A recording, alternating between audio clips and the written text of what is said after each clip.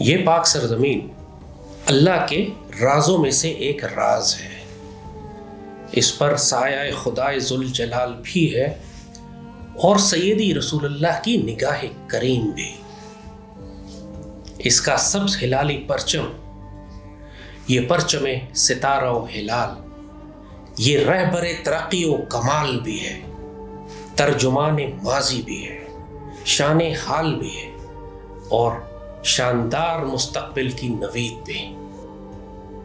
سیدی رسول اللہ نے اپنی خوبصورت بشارتوں میں اس سبز ہلالی پرچم کی بزرگی کا، اس کی خوشخبریاں عطا فرمائی ہم پاکستان کے مسلمانوں کو۔ اس پاک سرزمین کو بنانے کا مقصد یہ تھا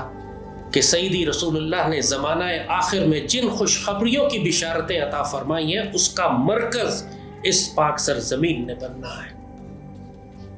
یہیں سے غزوہ ہند نے لڑے جانا ہے، یہیں سے خوارج کے فتنے کا خاتمے کا آغاز ہوگا، یہیں پر وہ مسلمان بسیں گے جن سے لیا جائے گا کام دنیا کی امامت کا، جو متحد کریں گے ملت اسلامیہ کو تابہ خاک کاشغر سے لے کر نیل کے ساحل تک۔ یہ سارے راز ہمارے بڑے جانتے تھے، کیونکہ وہ اللہ کے بندے تھے جو اس کے رازوں سے واقف تھے، پراسرار لوگ تھے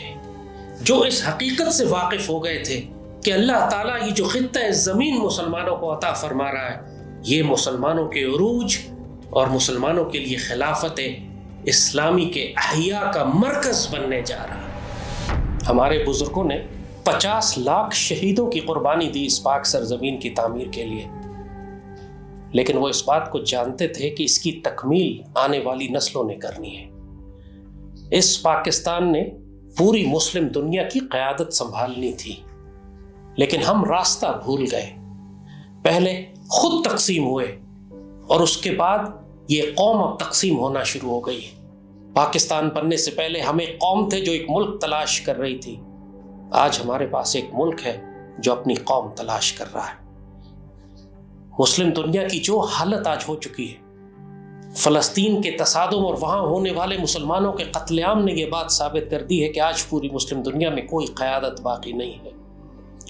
اور یہ پاکستان کے مسلمانوں کا فرض ہے کہ اب اس قیادت کو اپنے ہاتھ میں لیں۔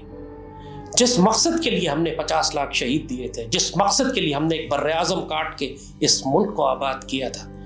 جس مقصد کے لیے ہمارے بڑوں نے یہ پاکستان بنایا تھا تاکہ سیدی رسول اللہ کی بتائی ہوئی بشارتیں پوری ہو سکیں، اب ہم نے اس مقصد کو ہر حال میں حاصل کرنا ہے، پاکستان کی تکمیل کرنی ہے۔ اس کے لیے ہمیں وہ اللہ کے بندے چاہیے، اس طرح کے اللہ کے بندے چاہیے جنہوں نے اس پاکستان کی تعمیر کی تھی۔ وہ بندگی خدائی، یہ بندگی گدائی،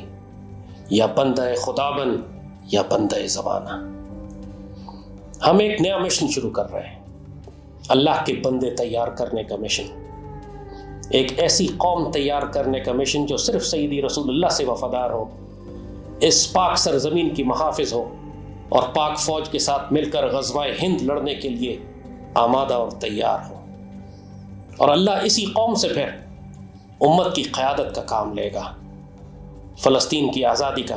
کام لے گا، خلافت علی منہاج النبوہ کو قائم کرنے کا کام لے گا۔